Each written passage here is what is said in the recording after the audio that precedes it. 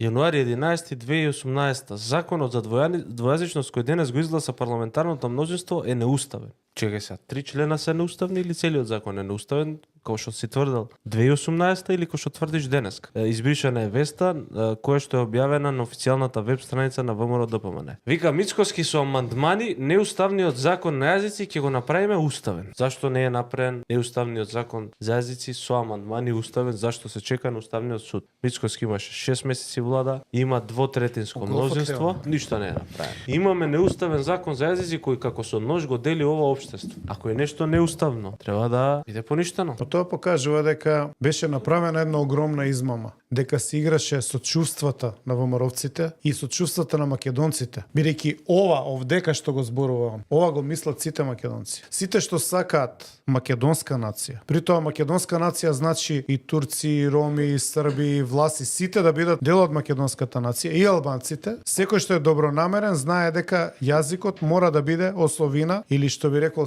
Ацета Сајковски, пилар, столб или постулат на државата.